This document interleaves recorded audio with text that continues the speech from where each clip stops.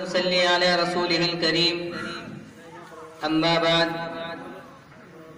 أعوذ بالله من الشيطان الرجيم بسم الله الرحمن الرحيم ولا تهنوا ولا تحزنوا وأنتم الأعلون إن كنتم مؤمنين صدق الله العظيم. کبھی اے نوجوان مسلم تدبر بھی کیا تو نے، کبھی اے نوجوان مسلم تدبر بھی کیا تو نے، وہ کیا گردو تھا تو جس کا ہے ایک ٹوٹا ہوا تارا. تجھے اس قوم نے پالا ہے آغوش محبت میں، تجھے اس قوم نے پالا ہے آغوش محبت میں، کچل ڈالا تھا جس نے پاؤں سے تاج سردارا. گوا دی ہم نے جو اسلاف سے میراث پائی تھی، گوا دی ہم نے جو اسلاف سے میراث پائی تھی، سریا نے زمیں پر آسماں سے ہم کو دے مارا. امت مسلمہ کے غیور فرزندوں، اسلام رب ذوالجلال کا پسندیدہ دین ہے، اور یہ امت اللہ کی محبوب امت ہے.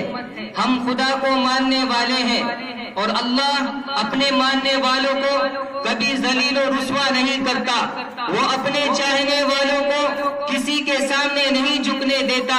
جو پیشانی رب کے سامنے جھکتی ہو، اللہ اسے غیر کے در پر خاک آلود نہیں کرتا. تاریخ گواہ ہے، دنیا میں کتنے ہی جبابرہ اور فرعون صفت انسانوں نے جنم لیا، لیکن جب حق ان کے سامنے آیا تو وہ اپنے تمام تر طاقت و قوت کے باوجود مغلوب ہو گئے اور حق پرست بے سر و سامانی کے فتح یاب ہوئے. اللہ نے ہر قدم پر اہل حق کی رہنمائی اور دستگیری فرمائی.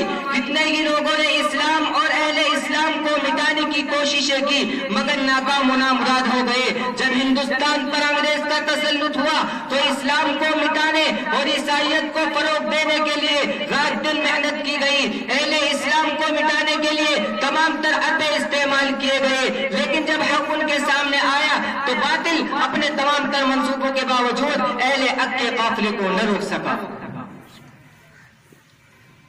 مسلمانوں، ایک بار پھر تمہیں مٹانے کے لیے تمام اقوام متحد ہو چکی ہے. ہر جگہ تمہاری عزت و آبرو سے کھلواڑ کیا جا رہا ہے.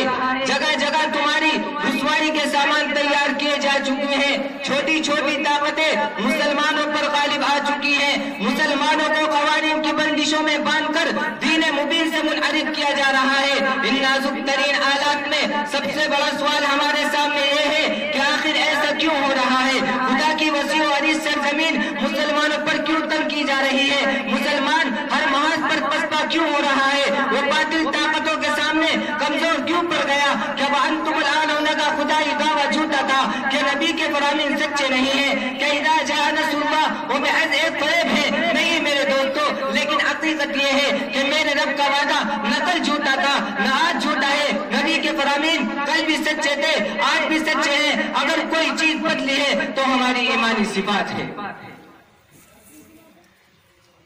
مسلمانوں، آج تمہیں نفرت کی نگاہوں سے دیکھا جا رہا ہے، تمہیں ذلیل و رسوا کیا جا رہا ہے. کبھی تمہارا تعلق ISI سے جوڑا جاتا تھا تو کبھی جہادی اور فسادی بتا کر تمہارا خون بہایا جاتا ہے. ان تمام مصیبتوں کے باوجود کبھی ہم نے غور بھی کیا کہ ان تمام مصیبتوں کی در کہیں ہمارے اعمال تو نہیں ہے. قرآن کریم میں رب اعلان کرتا ہے ما اصابتکم من مصیبہ فبما کسبت ایدیکم ویعفو عن کثیر. مسلمانوں، رب کا فرمان سنو، رب کا اعلان سنو. رب قرآن کریم میں کہتا ہے کہ تمہارے اوپر جو مصیبتیں آتی ہیں وہ خود تمہارے ہی ہاتھوں کی کمائی بھی ہوتی ہے. میرے نوجوان بھائیوں، کیا ہم نے کبھی سوچا کہ ہم اس نبی کے ماننے والے ہیں کہ جس نے گالیاں سن کر دعائیں دی ہیں؟ ہم اس نبی کے ماننے والے ہیں جو اپنے اوپر کوڑا ڈالنے والی مائی کی عادت کرتا تھا. ہم اس نبی کے نام لیوا ہیں جو خود پیون لگے کپڑے زیب تن کر کے دوسروں کی پوشاک کا انتظام کرتا تھا. ہمارا روحانی رشتہ اس رسول کے ساتھ ہے جو خود بھوکے رہ کر دوسروں کو کھانا کھلاتا تھا. ارے کہاں گئے ہمارے نبی کے اعمال جن کو اپنا کر صحابہ اکرام نے پوری دنیا کو چرے چبوئے تھے؟ وہ سپر پاور طاقتوں کے سامنے یہ ثابت کر دیا تھا کہ اسلام کا ماننے والا کبھی مرغوب نہیں ہو سکتا. اسلام مغلوب ہونے کا نام نہیں بلکہ غالب ہونے کا نام ہے. امت مسلمہ کے غیور فرزندوں، اس وقت نبی کی سنتوں کا جنازہ نکالا جا رہا ہے. اخلاق حسنہ ہماری زندگی سے رخصت ہو چکے ہیں. قرآن و حدیث کی تعلیمات ہمیں دقیانوسی لگنے لگی ہے. پڑوسیوں کے حقوق کو سلب کیا جا رہا ہے. آج مسلمان خود اپنا دشمن بنا ہوا ہے.